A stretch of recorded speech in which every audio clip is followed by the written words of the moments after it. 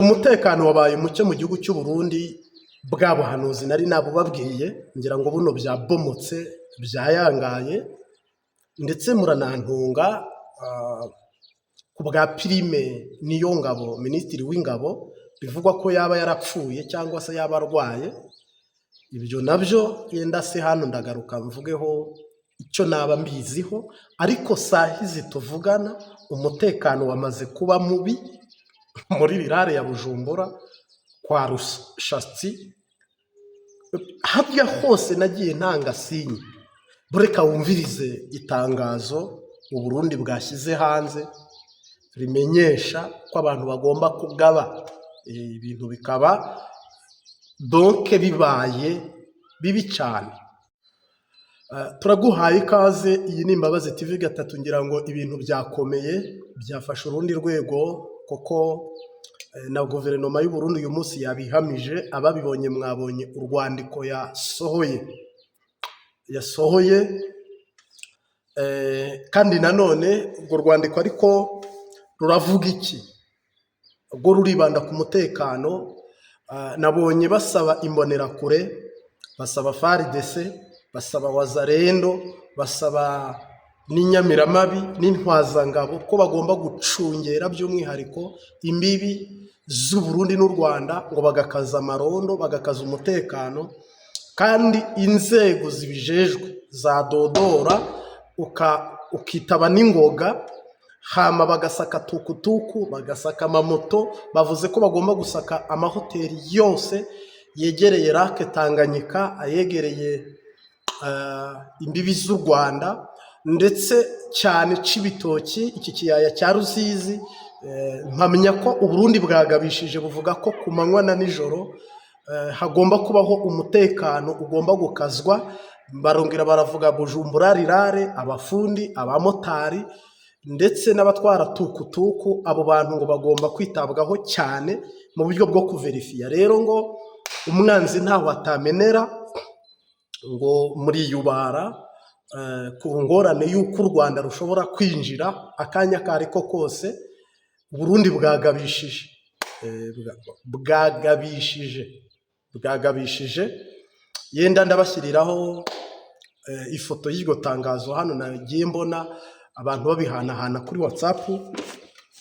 Sasa uyu mutekano muke, biravugwa ko intambara yahinduye isura, cyangwa se mu kiyaya cya Rusizi kuva cyafatwa. Muri iyi minsi nababwiye ko hari ingwano iri kwerekeza gufata umujyi wa Uvira. Ibintu nibwo byahinduye isura. Ubona ko ubutegetsi bw'u Burundi basabye ko ahari batatu mugomba kumenya niba muziranye, ahari babiri mukamenya niba muziranye koko, ngo umutekano akanya kariko kose ibintu byayangara. Ubwo rero basabye ko abantu barikanura,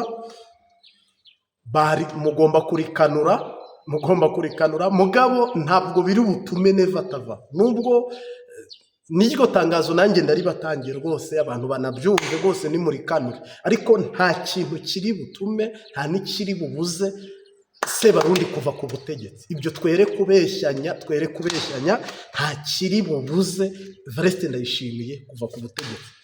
Basaka hoteli zose zo mu Burundi bakabarura bazirimo, basaka Bujumbura rirare bagasaka Bujumbura. Ubwo urumva bari buhere ku mupaka wa Gasenyi, bazamuke Kirundo yose, bafate Ngozi yose, bafate Bubanza, Butanyerera. Ubwo bazazamuke bagere Kanyaru, bakomeze bazagere Rusizi kuri Ruhwa, bakomeze ruguru binjire hafi kuri Kongo, bazamuke bagere za Uvira. Bavuze ko mu minsi nk'iyi wikendi ngo hari ingorane y'uko abagwanyi bashobora kwinjira mu gihugu cy'u Burundi. Uko iryo tangazo naribonye, inzego z'umutekano z'u Burundi zigabisha mu buryo nabonye buteye ubwoba, kandi koko namwe ubwanyu mutera n'abenegihugu ubwoba niba musohora ibintu nk'ibi. Kandi sindi umurundi wa mbere ubibonye, abarundi benshi babibonye. Niba rero wowe ushobora kupuburiya ibintu nk'ibi ku mbuga, ku marezo sosiyo, kandi bigakorwa n'abajejwe intwaro n'abantu bakomeye nk'aba, biba byayangaye nyine, nk'uko namwe muba ngo ibintu byayangaye. ngira ngo rero abantu bamaze kumenya ko Uvira igiye gufatwa, abantu baba bamaze kumenya ko hari umugambi mubi. Ubutegetsi bwatangiye kwikekakeka ko hari umugambi mubi wo kubahirika cyangwa kubasenda cyangwa kubirukana ku ngoma, bihita bizanana icyuka kibi cyangwa se intureka yo kuba habaho nyine ko bavuga ngo ni mu kazi ingamba ngo abantu cyane mu ijoro ngo mureba bari kwinjira mu Burundi, abari gusohoka mu Burundi, mureba bari kuza n'amapikipiki, abari kuza tukutuku, bajaje, utuntu nk'utwo. Ufite rero harimo icyo nakita kwibeshya kubera ko ahubwo umwanzi yarinjiye. Nuri kubyandika ntabwo ari inshuti, nuri kuvuga ntabwo ari uko akunze igihugu. Witegereze umwanzi uri buve i Kigali, ndayishimiye umwanzi yageze mu gihugu. Umwanzi muricaranye aho kwa Ntare Rushashi, aho muri Bujumbura, muri Gitega, muri kumwe. Bafite amaso barabibona, bafite amatwi bakabyumva. Umwanzi muri kumwe. Witegereze umwanzi uri buve mu Buganda, witegereze umwanzi witwa Niyombare we yajya kuhagera wanahunze. Ubwo umwanzi muri kumwe. Yuda muri kumwe. Ndayubaha Angelique nawe yarabibibwiriye ati Yuda yagendanye na Yesu iminsi. Si we wabyivugiye se? Buno rero niba mubona urupfu rubashitseko, mukabona akaga k'urupfu karakorotse, mukabona ibyo mwubatse mwabyubatse nabi, umwubatsi w'ukuri agaharanira gusenya ibyubatse nabi ngo yubake ibyubatse neza, s'il-vous-plaît, uwo ni uwo gushyigikirwa uje kubaka ibidasenywa. None mwebwe aha muhagarare musige inkore abantu ku maso. Vipi? Ni ukuvuga ngo umutekano muke mwari mwawubona, murimo muri iyo tsimyotso. Ntabwo murawubona. Buno umutekano muke ubu nibwo mugiye kuwubona. Kwa Ntare Rushashi ni wicara mu ntebe, intebe ikwihakane, ni wicara uhaguruka n'umuduga nka vewiti wumve wicaye ku ibuye yakusi ntubu ukiyumva. Nuryama kuri matera nziza nayo ikwihakane kubwire ngo sinkuzi, kuko ibintu byose biri bihinduke umwanzi wawe. Ni ukuvuga rero ikigomba gukorwa cyarakozwe. Ikindi ni iki mugiye kubonesha amaso, ikindi ni iki kiri kuvuka, ikindi ni iki ngiki cyamaze guhagarara. Mwebwe muri kureba ariko ntimusobanukirwe. Hari ukuntu umuntu areba akajya agira kuno ngo urimo urabireba neza, urimo urabibona. Ni iki? Ofete rero bararigiye kugwa. Iyi ni intambara y'umuhenerezo. Iyi ni ingwano yo guca amaboko igaca amazosi. Ni ingwano apana micezo. Twahanuye muri torirase, tuvuga ubutumwa, tubembereza, tuvuga amajambo aciriritse yoroheje. Si uko urya munsi ibi bitari bihari. Ntudushaka umunsi wa mbere banaraje nkavuga ngo neva avuyeho, neva biraheze birarangiye. Kandi hari abantu nanone bambajije ngo ni Imana yavuze ngo iminsi 3 arabavuyeho. Naravuze ngo 1, 2, 3. Mu Kinyarwanda bazi umuntu akubwiye ngo mbare 3, naravuze nti ndabara 3 neva abe yiyeguye we ubwe. Iryo jambo nongere ndisigure, abamanitse amaboko ubwe atanga igihugu niba yikunda. Noneho rero nyuma y'uko iyo minsi 3 we yahera atamanitse amaboko, urubanza n'urw'Imana. Urubanza n'urw'Imana. Ariko ntabwo nababwiye ngo iminsi 3 ngo ndayishimiye arabavuyeho. Yego. Buno rero ko bigeze finali, umuntu wese ari kwikebuka akireba akavuga ngo none namaki ni ibiki, ngo ibi ni ibiki. Ni ukuvuga ngo ibintu byabaye agaterera nzamba kanyina wa nzamba. ibi bintu byarenze, amazi yarenze inkombe, amazi yarenze inkombe. Mwana mwemera kurya umuntu aheha umwanda, kurya umuntu aterura urwavu mu masaka, kurya umuntu akura ikibi mu mbuto cyangwa se arobanura imbuto. Ibi bigiye kuba Bujumbura rero, mugiye kubona icyo nakwita rwa rumuri, ibyo bita kibona umwe. Mugiye kubona inyenyeri zimwe zamurikiye Yosefu. Mugiye kubona icyo nakwita ibintu bidasanzwe muri shanjoma ya Neva, hano kuri RTNB, hano kuri televiziyo y'igihugu, ya kambi ya Kamuha. Mwese mugiye gusohokamo, muraba muri mwibarabara, kumwe mubona abantu bafeta Noel. Valeste Ndayishimiye na Reveriyane, Minisitiri w'Ububanyi n'Amahanga, mwahisha mutahisha, mwakemera ko Prime arwaye cyangwa se yapfuye ari na muzima, ingoma yanyu yasambutse, yasenyutse pe. Ndabihamya, nitwa Prophète General Martin, kandi ntihagire umbwira ngo nikoma mu gakiriza. Iyo uvuga ukuri uba uri fiye. Noneho hari uwumva nanone ngo atari ukuri. Ntaco, wowe wemera ibyo wemera, ukunda ibyo ukunda, mugabo jewe aha ndabwira indongozi ko ikiringo cyanyu, manda yanyu, umuzigo mwakoreye abarundi, amabi yose mwakoze, ibibi byose mwikoreye,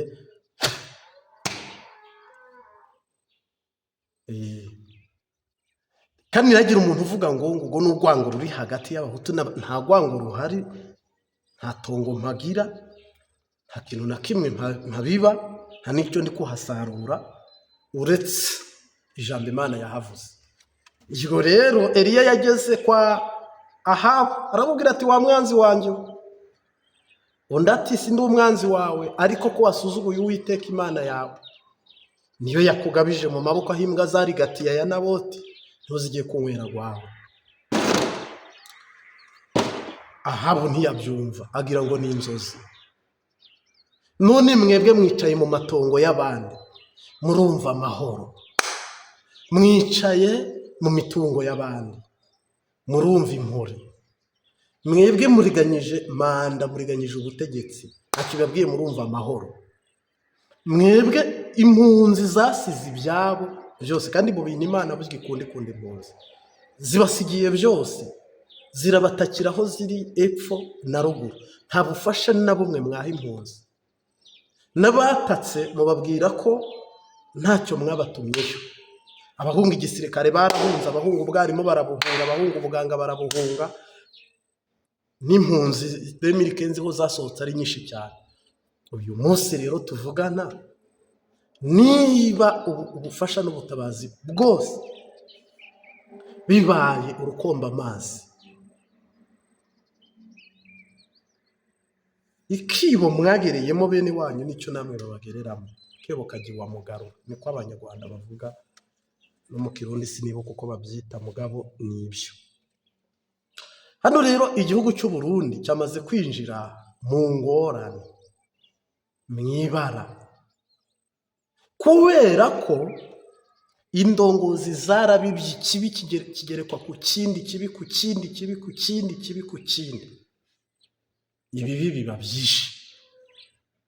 Uyu munsi mutegereje ijoro ry'urupfu, kandi naryo mpamya ko namwe ubwanyu muri kurireba nubwo mutarisobanukiwe, kuko amaso yanyu ntabemerera kubireba. Mutegereje amanywa yo kubona ibyo mwaruhiye, birimwo abandi biri kuribwa n'abatarabiruhiye. Ibyo ntabwo nibuvuge ngo Imana ihwejesha amaso kugira ngo mubibone. Murabizi ariko ntimwabibona kuko murabihishwe. Uyu munsi wa none rero nitwicara tukavuga ngo hari ibara rikorotse, hari ishyano riguye, hari akaga gahirimye, hari icyoba. Ntabwo twibeshye, nta nubwo dushidikanya, nta nubwo turi kubwira abantu ngo ibi baranabihunga. Ibi ntawe ubihunga. Ibyo bari kukubwira ngo barakaza ingamba, ngo bakaze umutekano, ngo kugira ngo ibintu byabo ngo bibe bicungereye. Izo ngamba bakaza n'umutekano bajya, nta muntu urinda isezerano ngo abuze ikiba kuba. Iyo baba barinda bakaba babuza, Yerusalemu ntiyari gufatwa, Isirayeli ntiyari kunyagwa, Bisirayeli ntibari kuba mu bunyage. Ariko nyingwa nabo bagiye mu bunyage. Ntabwo CNDD-FDD izajya mu bunyage. Nta hantu na hamwe nabonye Imana ifungura amarembo yo munasohotse muzaba FDLR ya kabiri. Bivuze ko rero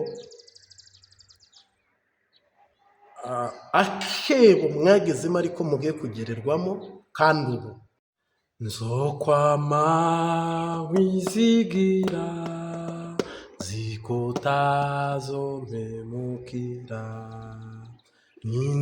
ninaramuka ngowe zizigira Yesu gusa, zizigira nkiriho kugeza ubwo uzacisha mu kirimba k'ijuru, jewe zizigira Yesu gusa. Muri cigwa n'umuto namwe mu Imana yera, iyanjana sinemba nizigira umwami wanjye, zizigira nkiriho kugeza ubwo uzacisha mu kirimba k'ijuru, zizigira Yesu gusa.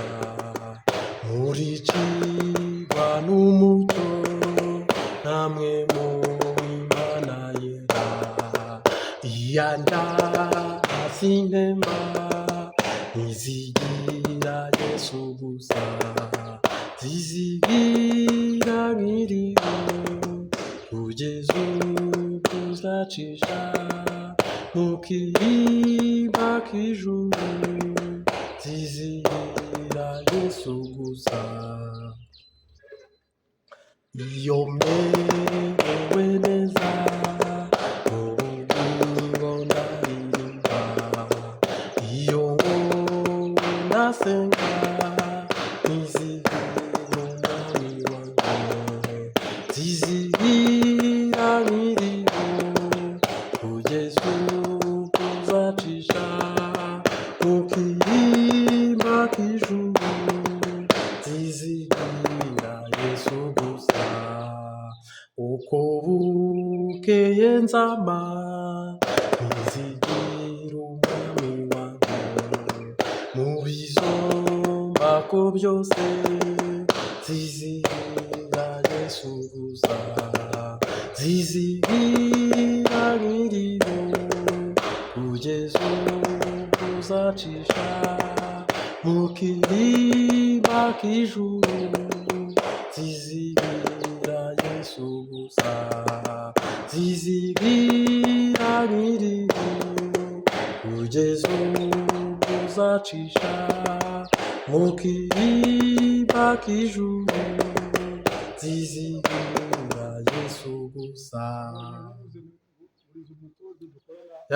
Navuga ngo iki ni igice cya kabiri. Turaguhaye ikaze utangirana natwe iteraniro ndetse ukanaribandanya. Harimo abantu bigishijwe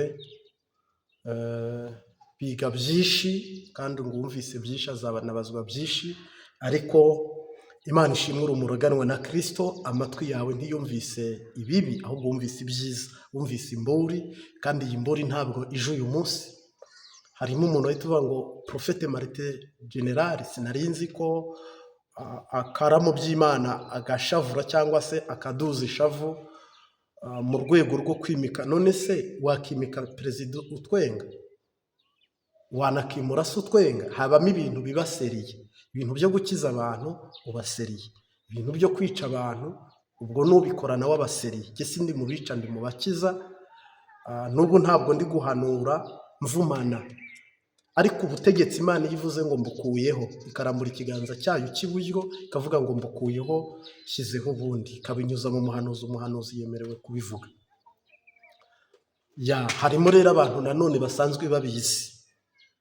Urakabona hajya iyo abarundi baba baguwe neza, nibura tukavuga ngo abari mu gihugu baguwe neza, sava twavuga ngo abo hanze musabe imbabazi mwinjire mujane n'abandi, ariko abo mu gihugu baguwe nabi.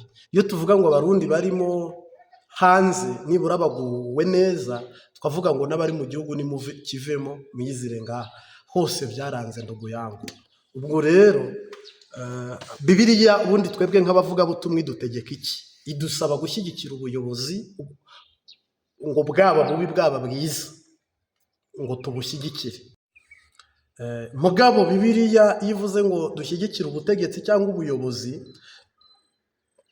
irongera ikavuga ngo uzafata umutegetsi w'igitugu akamukiza abantu, ngo azaba akoze umurimo, azagororerwa imbere y'Imana. Ntabwo neva ari umuyobozi w'igitugu, ahubwo CNDD-FDD yo yashinze amahame na politike ngenderwaho idafitiye umumaro igihugu. Naho iby'uko ari benshi byiza, iby'inyuguti ntacyo bivuze. Iby'igihugu kirera kiramera, gifite imvura, gifite izuba, ibyo byose ntacyo byari bitwaye. Ariko niba CNDD-FDD nta mumaro, Bibiliya iravuga ngo niba atabize ntanakonje. Kandi ngo urwo ruzabibu nirutera ibitoki rukera indibu, ngo nzasenya urwo ruzitiro hajyemo inka zirunyukanyoke. Kandi ko niko Imana yasenye Isiraheli. Ababikurikiye murabizi koko Isiraheli yakoze nabi. Urwo ruzitiro yarukuyeho Abaroma barinjira, n'urusengero rwa Salomo bararusenya. None se ko Imana siyo yabikoze? Hamarika ngo nibitabize ntibinakonje, no kubiruka, kubivumisa mu Kirundi. Kandi niba umunyu utarimo ugakayuka, ngo bene uwo munyu ntacyo maze barawuribata.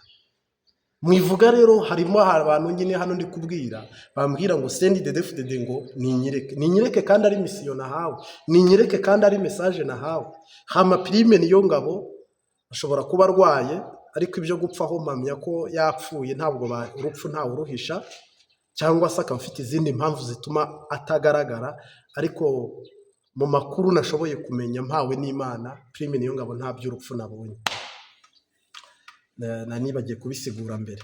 Hama nibandanyirize rero iby'ivugabutumwa. Ivugabutumwa ry'uyu munsi ryubakiye kuki? Hariho umuhanuzi mukuru n'umuhanuzi muto. Iyo usengana n'umuhanuzi mukuru, Imana niyo igucira izo nzira zo kugira ngo ubane n'uwo muhanuzi mukuru. Iyo usengana n'umuhanuzi w'umwana, hari igihe nawe yenda uba uri umwana, kuko urumva umuhanuzi mukuru n'abahanuzi b'abana ntabwo bitandukanira mu kuvuga cyangwa mu mapeti, ahubwo bitandukanira mu bikorwa no mu bwenge no mu bushobozi. Umuhanuzi w'umwana rero n'umuhanuzi mukuru biri different. Ubwo mu rugendo rwawe uze kureba niba ugendana n'abahanuzi b'abana cyangwa n'abahanuzi bakuru. Je ni Prophète Général Martin.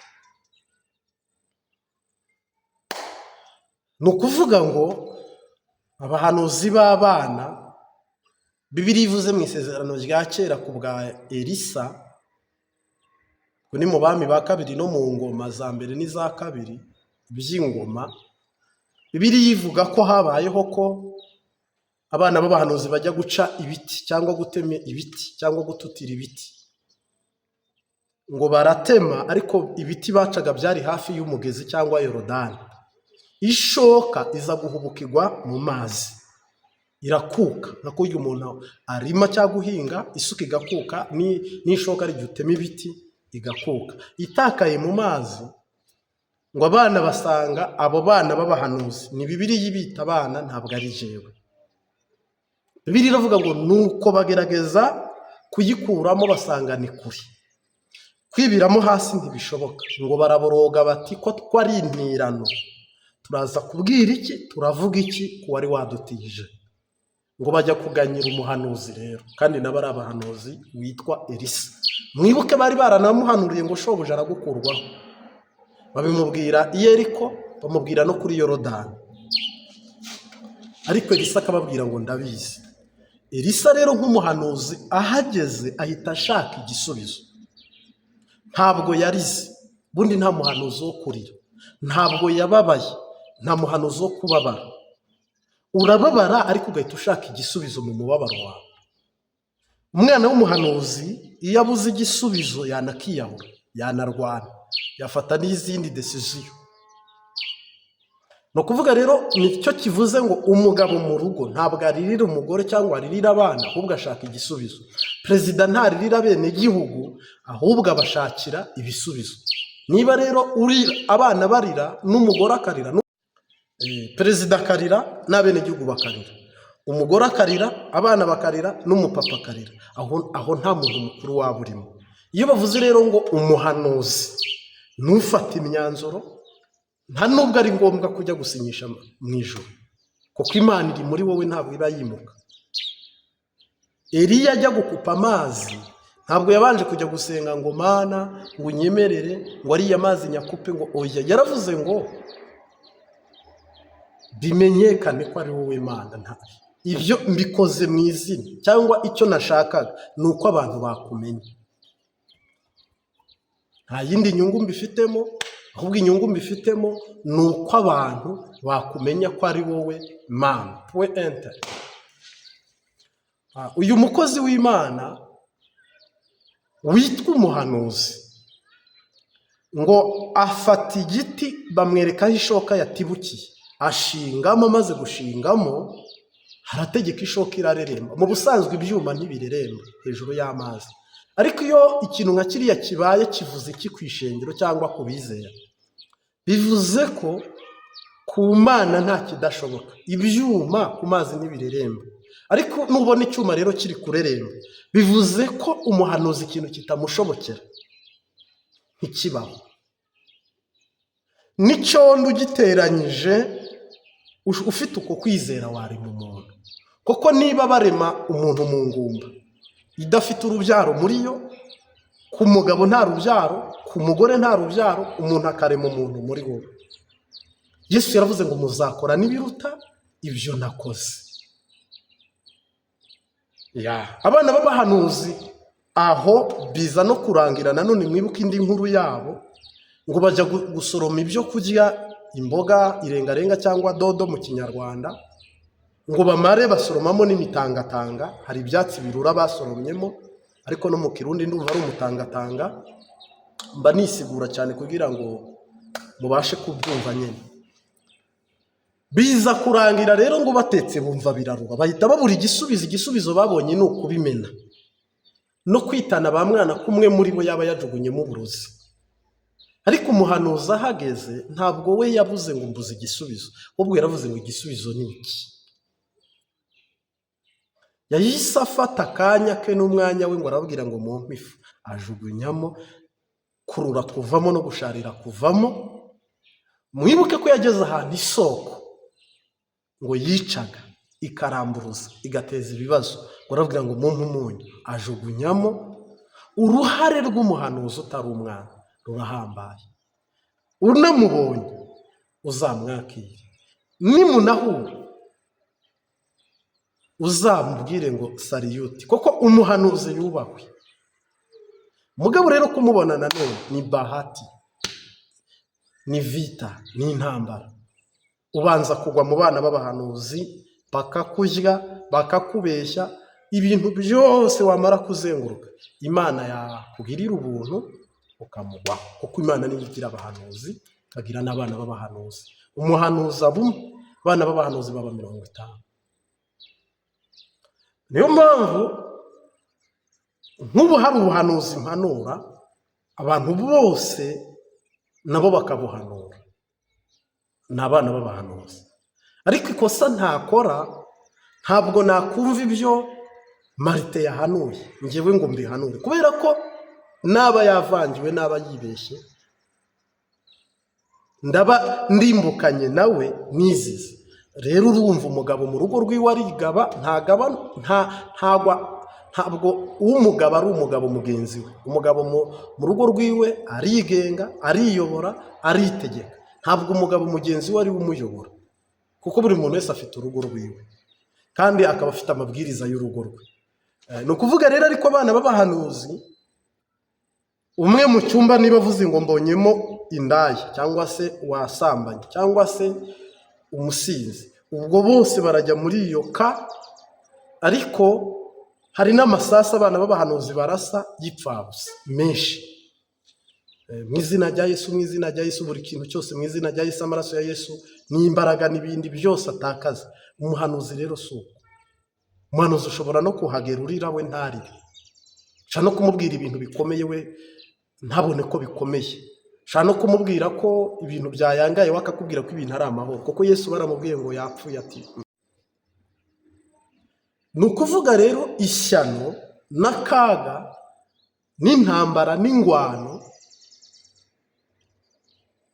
n'akavuyo n'akajagari, shitani kenshi na kenshi nzahagarara ku bitugu by'abana b'abahanuzi, nyobyo witwa Ahabu, umushukashuka, ariko nzamutsindayo.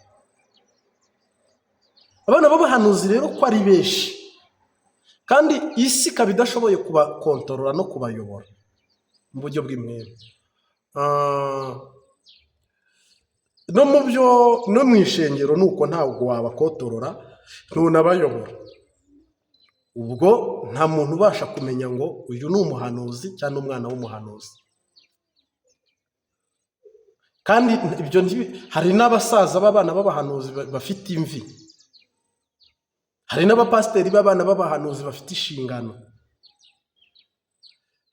Kubera ko ibintu byacanganye bikivanga, usabwa ikintu kimwe, kurongorwa na mwe mu yera uciye bugufi, niwe wacangura ibintu byarivanze ku rwego rw'uko sahize tushobora gupfa kumenya ibyo ari byo, ariko umwuka w'Imana niwe ushaka kubikwigisha no kubigusobanurira. Ariko ibintu byabaye nabi, nimvuga nabi wumve nabi, byabaye nabi rwose 100%. 100%, ibintu byarabaye nabi.